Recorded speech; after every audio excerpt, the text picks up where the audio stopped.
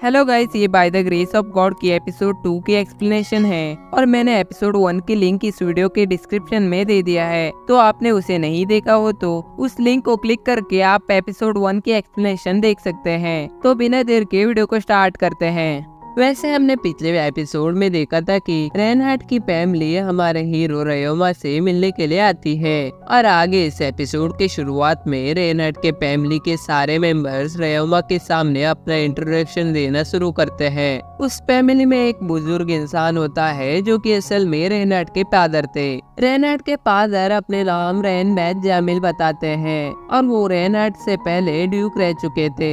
उसके बाद रेनहार्ट की क्यूट सी वाइफ अपना इंट्रोडक्शन देती है और उसका नाम एलिस होता है और उनके साथ एक क्यूट सी बच्ची भी थी जिसे देखकर हमारे हीरो की ख्वाब जा गए थे। उसका नाम था एलिरिया जामिल। उस सब को देखकर रयोमा को बहुत खुशी होती है और तभी रेनहार्ट रयोमा से कहता है कि तुम्हारे स्लाइम तो पहले से ज्यादा बढ़ चुके हैं। तब रयोमा कहता है कि ये इसलिए क्योंकि मेरे स्लाइम अब स्प्लिट हो चुके हैं। उसके बाद एलिरिया हैरान होकर रयोमा से पूछती है कि ये सारे स्लाइम तुम्हारे घर के अंदर कैसे आते हैं। उसके जवाब में हमारा हीरो कहता है कि वैसे अब तुम सबको मैं करके ही दिखाता हूँ। और उसके तुरंत बाद रयोमा सारे स्लाइम को कंबाइन होने के लिए कहता है। अपने मास्टर की बात सुनकर सारे स्लाइम कंबाइन होकर एक 3 बड़े स्लाइम में बदल जाते हैं। बाद में रयोमा बताता है कि मैं इन सब को जब जरूरत है तब कंबाइन होने के लिए कहता हूँ, जिसकी वजह से जगह भी बचता है और साथ में खाना भी। और इसे जानकर रेनहार्ट की पूरी फैमिली हैरान हो जाते हैं और तभी रेनहार्ट की वाइफ रयोमा से हैरान होकर कहती है कि ये सब तुमने कैसे किया, बड़े बड़े टेमर भी आज तक ऐसा नहीं कर पाए। तब रयोमा बताता है कि दिखने में तो तुम सबको इस स्लाइम के एक ही कोर दिख रही है, लेकिन ऐसा बिल्कुल भी नहीं है। इस स्लाइम के अंदर 100 से भी ज्यादा कोर है और मैंने अलग अलग स्लाइम को टेम करके इस तरह से उन्हें कंबाइन किया है। इसमें कोई भी बड़ी बात नहीं है। ये सुनकर रेनहार्ट की वाइफ बहुत हैरान और साथ ही बहुत खुश हो जाती है। उसके बाद वो रयोमा से कहती है कि तुमने आज उस मिस्ट्री को सॉल्व किया है जो आज तक कोई भी नहीं कर पाया।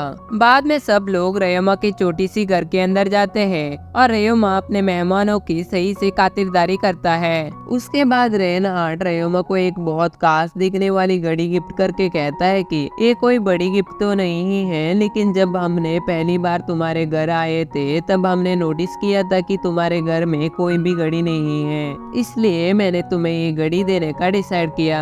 रयोमा को वो घड़ी बहुत पसंद आता है और वो रेनहार्ट को घड़ी के लिए शुक्रिया कहता है। उसके बाद रेनहार्ट रयोमा से कहता है कि हमारे यहाँ आने के पीछे एक और रीजन भी है। इसे सुनकर रयोमा हैरान होकर पूछता है कि क्या, और तभी पापा की परी एलिरिया कहती है कि हम सब इसलिए यहाँ आए क्योंकि मुझे भी अपना पहला फैमिलियर स्लाइम पकड़ना है। क्या तुम इसमें हमारा मदद करना पसंद करोगे? आगे एलिरिया कहती है कि हम जब फॉरेस्ट में आए थे तब हमें कोई भी स्लाइम नहीं दिखा था। क्या तुम्हें पता है कि स्लाइम हमें कहाँ मिल सकता है? उसके बाद सुनकर रयोमा एक मैप में एक जगह को पॉइंट करके कहता है कि सारे स्लाइम यहाँ पानी पीने के लिए अक्सर आया करते हैं और तुम्हें यहाँ सारे स्लाइम मिल जाएंगे। उसके बाद एलिरिया कहती है कि मैं उस जगह पर जरूर जाऊंगी, लेकिन मैं कंफ्यूज हूँ कि मुझे किस तरह का स्लाइम पकड़ना चाहिए। क्या तुम मुझे स्लाइम के टाइप्स के बारे में कुछ और बता सकते हो? अब रयोमा इसके लिए मान जाता है। रयोमा सबसे पहले स्कैवेंजर स्लाइम के बारे में बताना शुरू करता है और उसके बाद वो क्लीनर स्लाइम के बारे में बताता है। अब रयोमा एक गंदा सा कपड़ा लेता है और वो उस कपड़े को क्लीनर स्लाइम के अंदर डालता है और क्लीनर स्लाइम उस कपड़े को धोकर चौकाचौंध कर देते हैं। उसे देखकर सारे लोगों को अपने आंखों पर यकीन नहीं होता है। अब एलिरिया डिसाइड करती है कि वो क्लीनर स्लाइम को ही टेम करेगी, इसलिए वो रयोमा से पूछती है कि क्लीनर स्लाइम को कैसे पकड़ा जाता है। ये सुनकर रयोमा थोड़ा शर्मा जाता है और वो एलिरिया से कहता है कि क्योंकि तुम लड़की हो इसलिए मुझे तुम्हें ये बात बताने में थोड़ी परेशानी हो रही है। उसके बाद रयोमा वहाँ खड़े सारे आदमियों को बुलाकर उनको बताता है कि क्लीनर स्लाइम को पकड़ा कैसे जाता है और अब सब लोगों को पता चलता है कि रयोमा इसे बताने के लिए क्यों शर्मा रहा था, लेकिन यूगस कहता है कि इसमें डरने जैसा क्या बात है, मैं ही सब लोगों को बताता हूँ। उसके बाद वो शान से लड़कियों के पास जाकर बताता है कि जाके नहा कर आओ, उसके बाद तुम्हारे पसीने से भरा हुआ नहाने के पानी को हम क्लीनर स्लाइम को पकड़ने के लिए इस्तेमाल करेंगे। ये बात सुनकर सारे लेडीज गुस्सा हो जाते हैं और वो यूगस को खींच के एक थप्पड़ मारते हैं। उसके बाद रयोमा वहाँ आकर सब लोगों से माफी मांगकर कहता है कि यही एक तरीका है जिससे हम उस स्लाइम को अट्रैक्ट कर सकते हैं। उसे सुनकर एलिरिया कहती है कि मिस्टर रयोमा, इसमें तुम्हारी कोई गलती नहीं है, मुझे अभी भी क्लीनर स्लाइम ही चाहिए और मैं क्लीनर स्लाइम को कैसे भी करके पकड़ना चाहती हूँ। उसके बाद एलिरिया नहाने के लिए चली जाती है और वो अपने नहाने के पानी को एक बाल्टी में भरकर क्लीनर स्लाइम को पकड़ने के लिए तैयार होती है। शाम हो जाती है और अब एलिरिया क्लीनर स्लाइम को पकड़कर वापस आती है और सबको पता चलता है कि एलिरिया ने क्लीनर स्लाइम को टेम कर लिया है। और अब रयोमा एलिरिया को कंग्रेचुलेशन कहता है और बाकी सभी भी इस बात से बहुत खुश दिख रहे होते हैं। एलिरिया के पहली फेमिलियर स्लाइम को देखकर हमारे हीरो को उसके पकड़ा हुआ पहला फेमिलियर स्लाइम की याद आती है। रयोमा की पहली फेमिलियर स्लाइम का नाम टाबूची था और ये नाम रयोमा ने अपने पिछले जन्म के कोवर्कर के नाम पर रखा था। उसके बाद एलिस रयोमा से पूछती है कि तुम इसके बाद क्या करने की सोच रहे हो। ये बात सुनकर रयोमा को समझ नहीं आता है कि उसको क्या जवाब देना चाहिए, क्योंकि रयोमा ने अभी तक कुछ डिसाइड नहीं किया था कि वो क्या करेगा।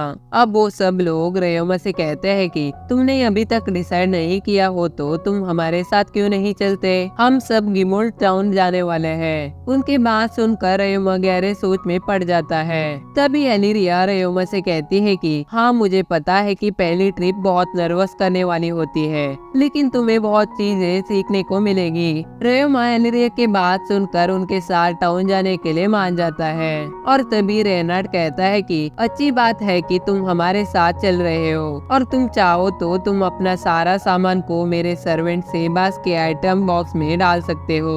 उसे सुनकर रयोमा कहता है कि थैंक यू, लेकिन इसकी कोई जरूरत नहीं है क्योंकि मैं अपने खुद की आइटम बॉक्स कास्ट कर सकता हूँ। इसे सुनकर वो सब लोग हैरान हो जाते हैं और तब रेनार्ड कहता है कि भले ही एक बेसिक मैजिक है, फिर भी इसे यूज करने के लिए बहुत हाई एलिमेंट लगता है। तब रयोमा कहता है कि मुझे तो ये बात नहीं पता था, अगर मुझे इस वर्ल्ड के बारे में जानना है तो मुझे इस वर्ल्ड की कॉमन सेंस जानना पड़ेगा।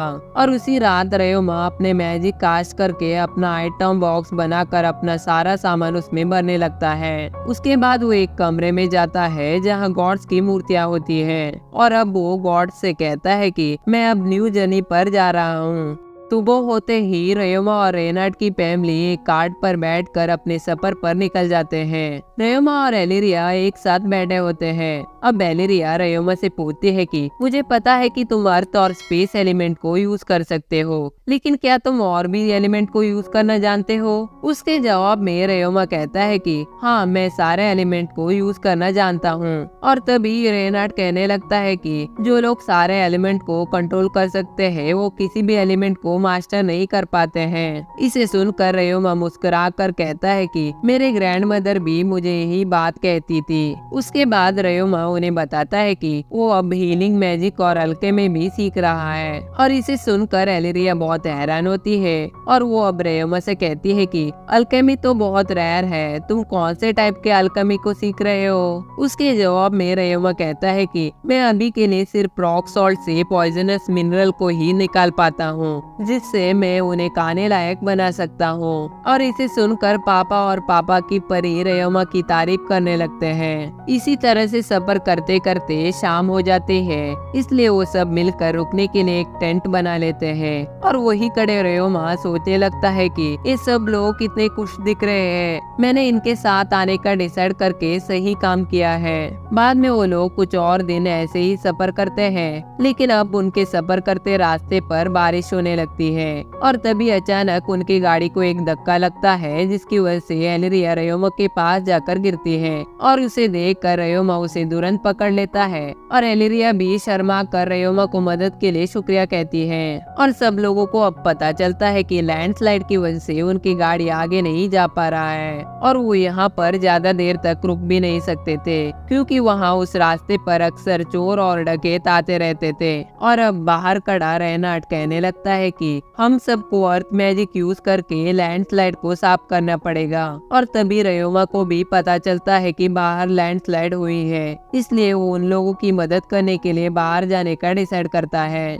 बाहर जाने से पहले रयोमा एक रेनकोट को निकाल कर पहन लेता है और तब बाकी के लोग रयोमा से पूछते हैं कि ये क्या चीज है। और तभी रयोमा उन्हें बताता है कि इसके ऊपर मैंने स्टिकी स्लाइम का स्टिकी सॉल्यूशन लगाया है, जिसकी वजह से ये वाटर प्रूफ बन गया है। इसे यूज करके मैं बारिश में गीले होने से बच सकता हूँ। बाद में रयोमा बाहर आकर एक बैरियर बनाता है, जिसकी वजह से सब लोग बारिश में गीले होने से बच जाते हैं। उसके बाद रयोमा रेनार्ड और उसके दोस्तों से कहता है कि एक एक पत्थर को सेपरेटली अलग करने के बजाय हम एक कॉम्बिनेशन मैजिक का यूज करके अर्थ ब्लॉक बना सकते हैं। बाद में वो क्रिएट ब्लॉक मैजिक का यूज करके मिट्टी को ब्लॉक्स में बदल लेता है। उसके बाद वो अपने स्लाइम दोस्तों की मदद से उन ब्लॉक्स को रास्ते से हटा देता है। रयोमा के ऐसा करने की वजह से उनका रास्ता साफ हो जाता है और सब लोग रयोमा की इस काम से बहुत खुश हो जाते हैं। और तभी रेनार्ड की पत्नी आकर रयोमा को बहुत जोर से गले लगाती है, जिसकी वजह से रयोमा बहुत शर्मा जाता है। बाद में वो फिर से सफर के लिए निकल जाते हैं और 3 दिन के लगातार सफर के बाद वो आखिर में टाउन पहुंच जाते हैं। इसी के साथ इस एपिसोड का अंत यही होता है। और आपको नेक्स्ट एपिसोड देखना हो तो वीडियो के लेफ्ट साइड में क्लिक कीजिए।